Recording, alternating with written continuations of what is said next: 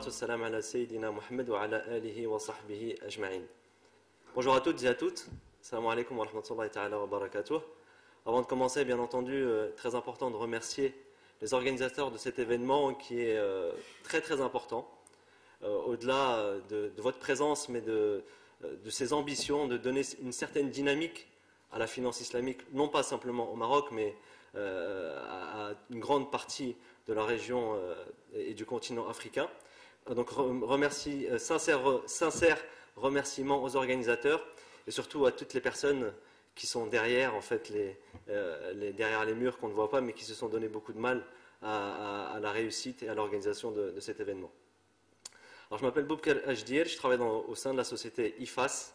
Pour ceux qui ne connaissent pas, là, il y a plusieurs visages que je connais qui me sont familiers, mais pour ceux qui ne connaissent pas, en deux mots, IFAS, Islamic Finance Advisory and Assurance Services, c'est une société dédiée exclusivement à la finance islamique. Elle a été fondée en 2007 par deux personnes qui avaient participé depuis 2004 au lancement de la première banque 100% islamique et en même temps 100% européenne, Islamic Bank of Britain. Donc le cabinet a été lancé en 2007, d'abord en Angleterre. En 2008, un bureau a été ouvert à Paris, le bureau que je dirige avec l'ambition d'accompagner le développement de la finance islamique dans les pays francophones. Et puis on a également ouvert un bureau à Bahreïn pour servir davantage donc, la région du Golfe et alentour. Donc je ne vais pas trop m'attarder sur qui sommes-nous. Vous pouvez aller sur notre site internet et trouver toutes les informations ou alors je suis à votre disposition après. Alors on va parler de la finance islamique et les intervenants précédents ont déjà un petit peu posé le cadre et remis un peu les choses dans leur contexte, notamment les ambitions marocaines.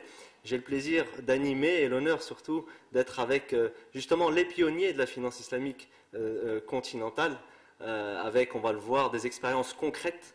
On va voir justement comment ils ont relevé un certain nombre de défis que je vais énumérer à titre introductif, mais toujours à titre introductif, juste quelques chiffres. Selon la Banque africaine de développement, on a à peu près 116 institutions financières islamiques sur l'ensemble du continent africain. Si on enlève le Soudan, à lui seul, il y a 67 institutions financières islamiques. Donc autant dire qu'il y a encore beaucoup de travail à faire, tellement le continent est grand et tellement le continent est demandeur. On compte à peu près 74 banques islamiques, 33 sociétés d'assurance, Takafoul, 5 institutions de microfinance, peut-être un petit peu plus, moins connues, et 4 sociétés qui font des services d'investissement Sharia compliant. Aujourd'hui, on a le plaisir d'avoir avec nous justement les représentants des zones où justement cette finance islamique est visible et surtout qui va vous parler à vous dans votre contexte francophone. On a l'Algérie avec Karim Saïd qui va nous parler de l'expérience Al-Baraka. En Algérie, il y a 2 ou 3 banques islamiques et d'autres projets en cours, au moins ce qu'on appelle les Islamic Windows, la finance islamique à l'intérieur de l'activité ou d'une banque conventionnelle. Il y a également une compagnie de Takafoul, je crois qui a été annoncée, mais malheureusement la personne n'a pas pu faire le déplacement. Bref, on a quand même quelques chiffres qui nous permettent de démontrer cette réalité de la finance islamique en Algérie. On va voir également notre confrère et ami mauritanien, qui s'est déjà présenté à vous tout à l'heure. La Mauritanie, elle, qui traverse, parfois on le voit à travers la presse, des retraits d'agréments de banques islamiques. Mais au milieu de tout ça, on a la Banque islamique de Mauritanie, qui est l'une des plus jeunes et qui, pour avoir partagé et travaillé un petit peu avec eux, je sais que c'est dans un contexte qui n'est pas très très simple. Contexte de marché, contexte réglementaire, etc. Tous les éléments qu'on va voir ensemble. Et à travers la Banque islamique de Mauritanie, qui appartient au groupe Tamwil Africa Holding, donc celle qui a été présentée juste avant par l'ICD, il y a également quelques éléments d'expérience qu'on va voir sur le Sénégal, le Niger. Alors on est en 2015, mais est-ce que vous savez que la finance islamique au Sénégal a commencé, qui sait en quelle année a commencé la finance islamique au Sénégal? Pas les spécialistes, ne répondez pas aux questions. Non? En 1983. En 1983, il y avait déjà la réglementation bancaire locale qui a fait l'objet d'aménagements. Et on ne parle pas de finance islamique dans la réglementation bancaire de l'UEMOA, mais on parle de ces banques qui ne pratiquent pas le taux d'intérêt et qui ont une vocation plutôt purement commerciale. Donc l'intervenant précédent, c'est Alaoui, a parlé du défi la terminologie et du marketing, vous voyez déjà dans les années 80, on a introduit la finance islamique sans qu'elle porte le nom islamique.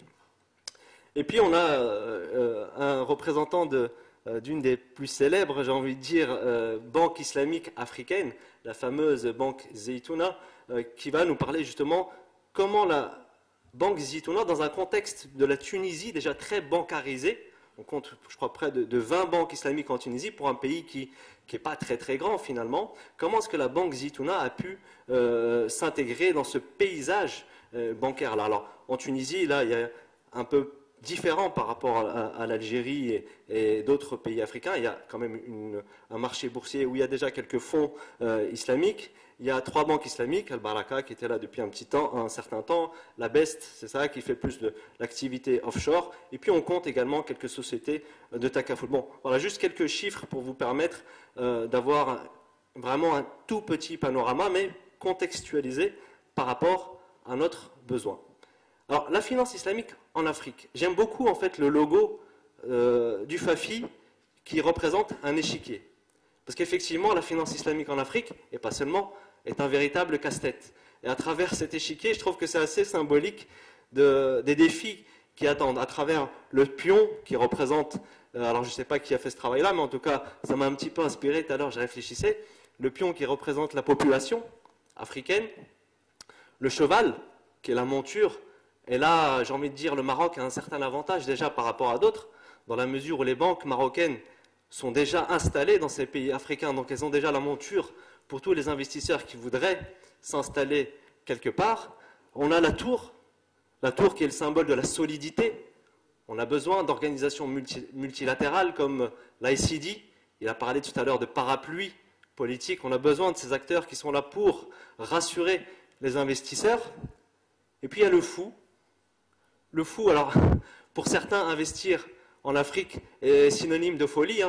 Je fais une petite enquête auprès de certains banquiers islamiques du Golfe, quand vous leur parlez du Togo ou du Cameroun, ils vous regardent un petit peu avec des yeux, mais qu'est-ce que tu veux que j'aille faire de la finance islamique au Cameroun? Mais non, le fou ici, le pion est plutôt symbole d'audace.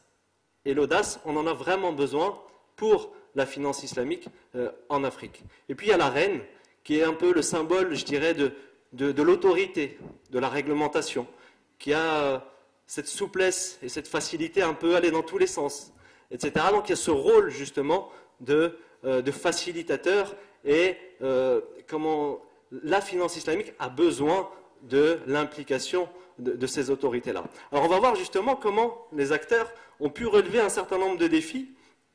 Alors par exemple l'Algérie, où on va nous le présenter, il n'y a pas de contexte réglementaire spécifique à la finance islamique. Pourtant, ça fait 25 ans que le Baraka fait de la finance islamique en Algérie.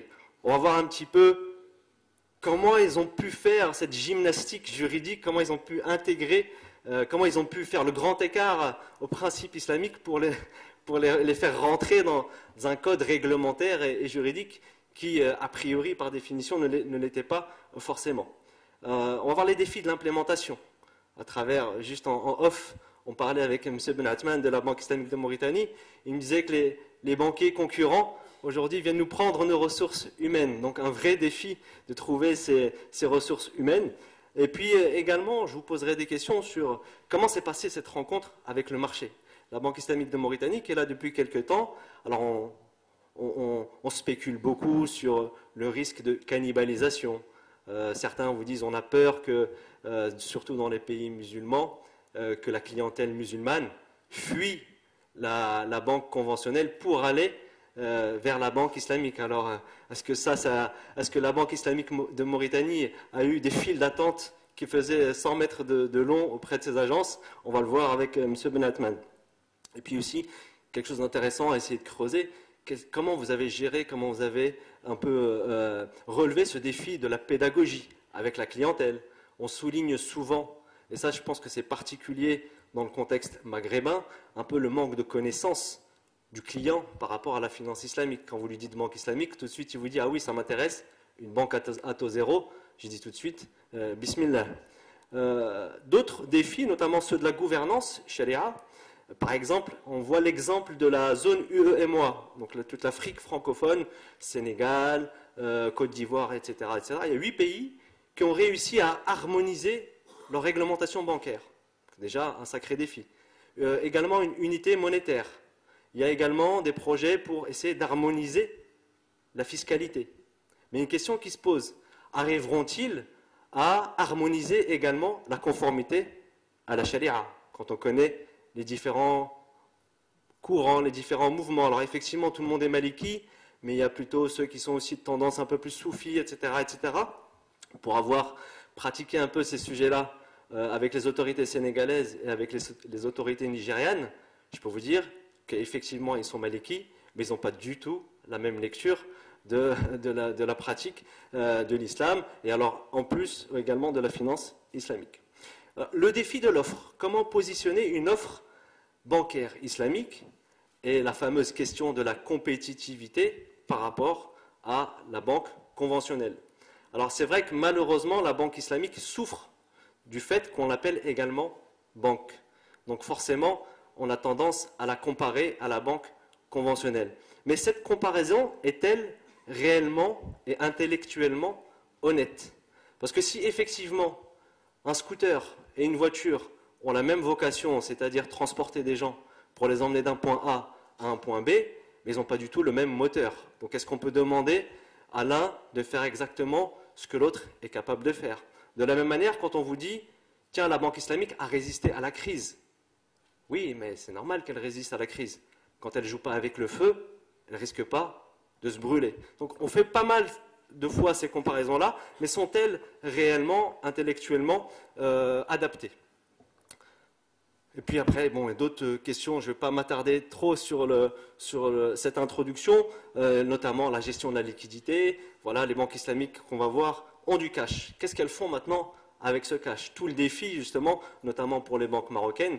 Voilà, demain, vous allez ouvrir des agences. Dar Safa est en train de préparer tout cela, mais une fois qu'on va avoir des millions de dirhams dans notre bilan, qu'est-ce qu'on va pouvoir faire avec, si on ne peut pas le rémunérer de manière islamique, etc. Là aussi, tout un défi également dans la conception même et la stratégie du bilan des banques islamiques.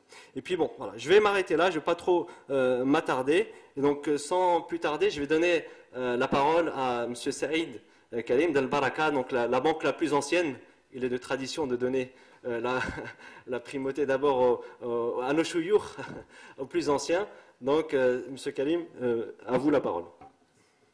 Bismillah ar-Rahman ar-Rahim, wa salatu wa salamu ala ashraf al-mursalin, wa akhyarahum, ahabba min ahabba, wa kariha min kariha. Je tiens tout d'abord à remercier les organisateurs de nous avoir invités pour partager notre expérience, notre modeste expérience en matière de financement islamique en Algérie. Je tiens également à présenter les excuses de M. Haïdar Nasser, secrétaire général de la banque, qui devait lui-même présenter cette expérience, mais malheureusement, il a eu un empêchement de dernière minute. Je tâcherai de le remplacer et d'être à la hauteur. C'est une lourde tâche de remplacer M. Haïdar, qui est un grand gabarit et un expert en la matière. Bien, dans l'expérience algérienne en matière de finance islamique, nous allons voir dans quel contexte est née la finance islamique en Algérie, comment son intégration s'est faite dans la place bancaire. Nous allons voir également son évolution sur le marché, puis par la suite, voir un autre aspect de la finance islamique qui est la microfinance et un peu le rôle et la banque entreprise citoyenne et son rôle pour lutter contre la pauvreté et l'exclusion. Et pour terminer sur un peu les enjeux futurs et les recommandations que nous devons suivre en tant que banque. Bien. Donc la naissance s'est faite en 1991. C'est une date où l'Algérie vivait un contexte bien difficile, une crise politique conjuguée à une crise économique et financière, qui est due donc à la chute du baril de pétrole. Comme vous le savez, l'Algérie reste tributaire en grande partie de ses rentes pétrolières. Ça a provoqué un déséquilibre budgétaire et a impacté bien évidemment la balance commerciale. Le papier de l'Algérie se négociait à l'international avec des décotes de 30 et 40%. la COFAS a revu à la baisse le risque de la qualité du risque Algérie, ce qui renchérissait un peu les lignes de financement à l'international que prenaient nos opérateurs. Face à cette situation, il y a eu des réformes économiques engagées par les autorités. Je dirais le plus important de ces réformes économiques concerne la loi 90-11 sur la monnaie et le crédit. Les trois principaux éléments apportés par cette loi: 1. On a créé 3 institutions indépendantes et autonomes pour réguler, c'est la Banque centrale, pour réglementer le Conseil du crédit, Conseil de la monnaie et du crédit, et pour contrôler la commission bancaire. Le deuxième élément, c'est de réhabiliter les banques primaires en tant qu'entité commerciale. Parce que pendant longtemps, ces banques ont été atrophiées et considérées comme des appendices au trésor public qui lui servaient les objectifs de la politique gouvernementale. Donc on a rendu et on a consacré éminemment ce caractère commercial à ces banques primaires. Troisième élément, et c'est le plus important, c'est la libéralisation du capital et l'ouverture de ce capital à des investisseurs, capital de la banque, à des investisseurs privés ou publics, locaux ou étrangers. Et c'est un peu dans ce contexte-là qu'est née la Banque El Baraka d'Algérie. Donc, et de ce fait, la finance islamique en Algérie. Cette naissance était le premier fruit de ces réformes. C'est une banque mixte, à capitaux mixtes, créée entre le consortium d'El Baraka, détenu par Cheikh Saleh Abdallah Kamel, et la Banque de l'agriculture et du développement rural, une banque publique algérienne. Cette naissance n'a pas été aussi facile, parce que, comme ça a été cité précédemment, passer d'un système conventionnel vers un système participatif ou islamique, ça ne se fait pas sans casse. Et les 2 premières années de la banque ont été très très difficiles. Pourquoi difficiles? Parce qu'il y a d'une part la méconnaissance en termes de pratiques opérationnelles de la finance islamique, et dans un deuxième volet, l'équipe qui dirigeait la banque accusait aussi même des insuffisances en matière de métier bancaire. Parce qu'il ne faut pas oublier combien même vous agissez dans la finance islamique, la banque, c'est un métier, l'analyse du risque, les opérations de commerce extérieur, soit on sait, soit on ne sait pas. Donc, voilà. Bien. C'est un démarrage timide, mais un intérêt grandissant. Ce qu'il faut noter aussi, c'est que l'évolution de la Banque El Baraka s'est faite pendant la décennie noire ou rouge, vous l'appelez comme vous voulez, en Algérie. Et elle a démontré avec toutes les contraintes sa viabilité. Ce qui a encouragé des banques conventionnelles à ouvrir des fenêtres. Parmi ces banques, en 2007, nous avons Algeria Gulf Bank, une banque dont les capitaux sont essentiellement koweïtiens. Puis en 2008, Masraf Salam, qui est une banque qui agit totalement dans la finance islamique. Et l'année passée, il y a eu la Trust Bank qui a ouvert également une fenêtre islamique. Comment l'intégration s'est faite? L'intégration par rapport aux autorités monétaires. En fait, du point de vue loi, la loi bancaire standard, pas de disposition particulière pour les activités bancaires charia compatibles. Mais c'est une activité non reconnue mais admise. C'est un peu paradoxal, mais on devait agir dans ce contexte-là. Activité tolérée mais soumise au même régime juridique que les pratiques conventionnelles. Les institutions financières peuvent structurer et faire le montage de leurs produits comme bon leur semble. Mais ces produits, du point de vue juridique,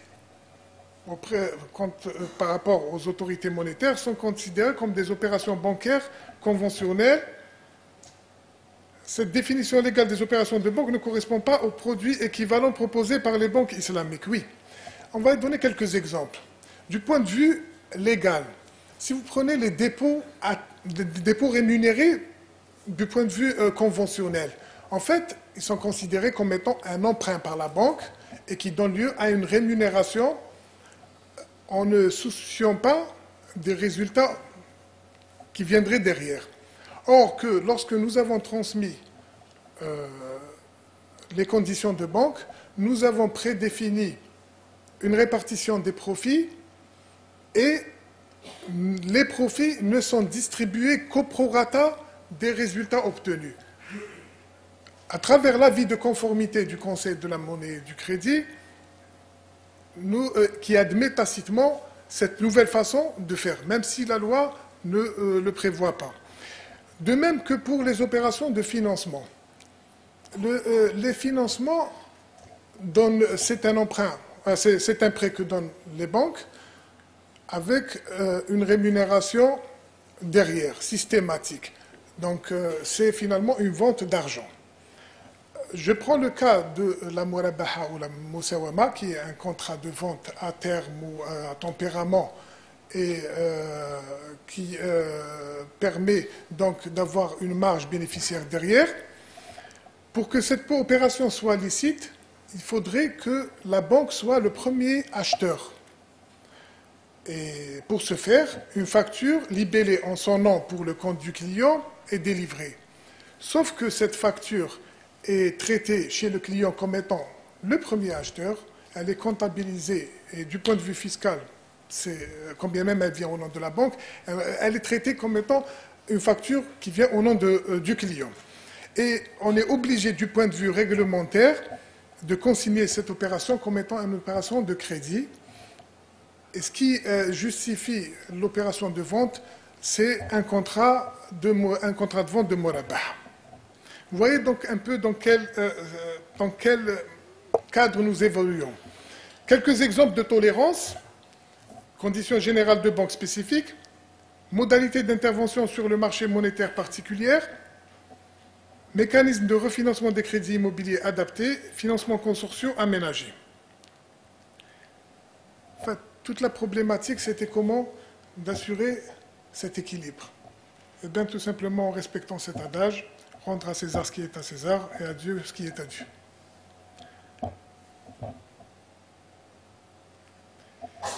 Ne pouvant pas agir sur les facteurs exogènes, on a essayé d'améliorer un peu en interne les montages des produits et en mettant en place un système de contrôle shariatique performant. Alors ce système vise à assurer la conformité des opérations bancaires avec les principes de la charia, de relever le cas échéant les cas d'inobservation des conditions de validité d'un produit, d'un contrat, d'un mode opératoire ou d'une opération. Voilà à peu près comment il est structuré.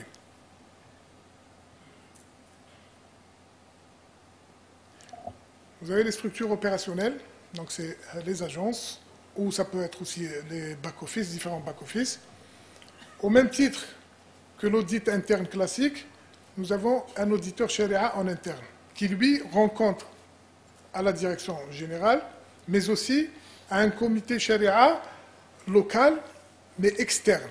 Ce sont des conseillers sharia choisis par les membres, enfin les actionnaires, et qui ont pour objectif d'auditer du point de vue sharia toutes les opérations et de relever toutes les insuffisances.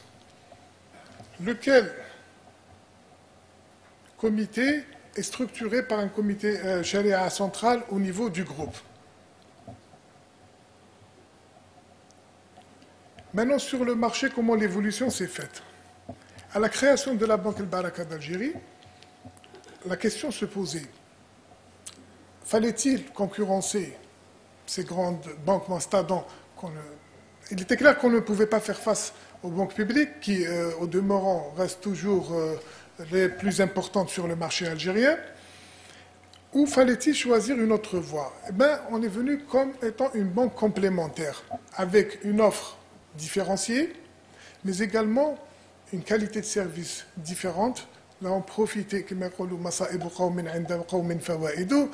les banques publiques avec leur bureaucratie, leur lourdeur, on a essayé de traiter un peu, donc avec une meilleure qualité de service, une rapidité, et nous nous sommes dirigés surtout vers le segment privé, ce qui n'est peut-être pas le cas au Maroc. Le privé est peut-être, les entreprises et les opérateurs privés sont majoritaires. En Algérie, nous avons pendant des décennies travaillé sous une économie dirigée. Donc, qui dit économie dirigée, dit banque, plutôt opérateur public. Et le secteur privé était encore à l'état embryonnaire. Nous nous sommes dirigés vers ce segment et nous nous sommes développés mutuellement. Bien, nous allons voir un peu les financements. On a pris 3 années, de 2010 à 2012. Excusez-moi, les chiffres ne sont pas peut-être ramenés à 2014, faute d'indisponibilité de l'information des autres banques. Hein. Donc là, nous voyons un peu l'évolution des financements. Nous voyons également la courbe des dépôts, comment elle évolue, et les résultats nets obtenus par les 3 banques. Quels sont les traits généraux? Une forte acceptation sociale. Ça, c'est une réalité. Quand nous nous sommes engagés sur le retail banking, depuis 2001 jusqu'à 2009, avant que la loi ne limite le retail banking au crédit immobilier seulement, d'interdire le crédit à la consommation, je peux vous dire que nous étions les leaders du marché en matière de crédit à la consommation. Malgré, en face de nous, il y avait des établissements financiers de renommée internationale et spécialisés, à l'image de CTLM, Société Générale et BNP, pour ne pas les citer. Nous avons pu financer, à titre d'exemple, plus de 120 000 clients, à un niveau un encours de crédit qui est tourné autour à peu près de 750 millions d'euros, ce qui n'est pas mal pour une banque qui dispose d'une trentaine d'agences. Deuxième aspect à citer, c'est la prédominance du financement par la dette. Alors, qu'est-ce qu'on entend par prédominance du financement par la dette? C'est que malheureusement, la finance islamique, l'expérience nous a montré, pour qu'elle soit viable en Algérie, on a dû recourir à des financements par Murabaha, Musawama, Ijara, Salam. Or que l'essence même de la finance islamique, c'est plus d'aller vers des financements participatifs de type Musharaka. Ce qui est bizarre, c'est que la forme Musharaka, quand elle a permis à la banque de redresser la situation pendant les 2 premières années difficiles. Pourquoi? Parce que la Musharaka permet d'avoir des taux de rentabilité beaucoup plus élevés. Mais elle reste aussi un contrat à haut risque. Malheureusement, nous avons fait une expérience avec quelques clients qui, de mauvaise foi, qui ont fini par être traités dans le contentieux. Et donc, à partir de là, la banque, disons, à travers les années, le financement, au lieu qu'il soit participatif, a été dirigé essentiellement par la dette. Par ce financement par la dette, nous notons également une prédominance du financement par Murabaha et Musawama. La croissance relative des crédits à l'investissement immobilier, un retour sur fonds propres élevé et une part de marché certes modeste, mais évolutive. Pour pouvoir comprendre un peu, pour mieux comprendre un peu cette évolution, voici un peu la configuration du secteur bancaire algérien. Il y a à peu près une trentaine de banques et d'établissements financiers. Sur cette trentaine, vous notez qu'il y a à peu près 17 banques et établissements privés. Vous avez 5 ou 6 grandes banques publiques qui aujourd'hui détiennent plus de 88% de part de marché, que ce soit en dépôt et en ressources. Les 12% restants sont partagés par toutes les banques privées, même celles ayant une renommée internationale. Hein. Si nous observons maintenant un peu la part de marché de la finance islamique, pas uniquement de la banque Al Baraka, mais même des 3 banques que nous avons citées, comparée au secteur général, elle n'est que de 2%. Mais encore une fois, je ne souhaite pas comparer la finance islamique au secteur bancaire public parce que nous n'avons pas les mêmes caractéristiques, nous n'avons pas les mêmes moyens. Je préfère comparer cette part de marché plutôt au secteur privé, des banques qui ont à peu près les mêmes caractéristiques que nous. Et là, la finance islamique dispose d'une part de marché, je dirais, correcte, qui se situe à peu près, pour ce qui est des crédits, autour de 14%, et pour ce qui est des dépôts, autour de 15 à 16%. Nous notons que cette part de marché est évolutive. Ce qui est à noter également que le taux de croissance de la finance islamique est supérieur au taux moyen de croissance si nous le comparons au secteur global. Comme on l'observe, le secteur bancaire en matière de dépôt évolue de 24%, alors que celui de la finance islamique de 42%, presque le double. En matière de financement également, les taux de croissance sont de 31% pour le secteur bancaire d'une manière générale et de 36% pour le banking islamique. Bien, voilà une image un peu de notre expérience sur la finance islamique pendant les 25 années. Maintenant, la finance islamique, au-delà de son rôle économique et commercial, a un second rôle, et cela est même consacré dans ses statuts. C'est la lutte contre la pauvreté et l'exclusion. Alors, pendant les débuts, la Banque El Baraka d'Algérie a essayé donc un peu de contribuer à hauteur des moyens dont elle disposait, dans des actions qui qui visaient un peu le développement social, mais ça restait des actions quand même assez limitées. Et la particularité de ces actions, c'est que ça allait vers la consommation finale. C'est-à-dire, vous avez de l'argent, il y a quelqu'un qui est nécessiteux, vous faites, je ne sais pas, les couffins, 3000 couffins pendant le mois de Ramadan, vous faites les restos du cœur, mais ça restait limité et ça restait surtout, ça partait vers la consommation. L'idée était de faire quelque chose qui allait rentabiliser et développer davantage ces actions. En fait, c'est simple. Au lieu de donner le poisson à un nécessiteux, il était préférable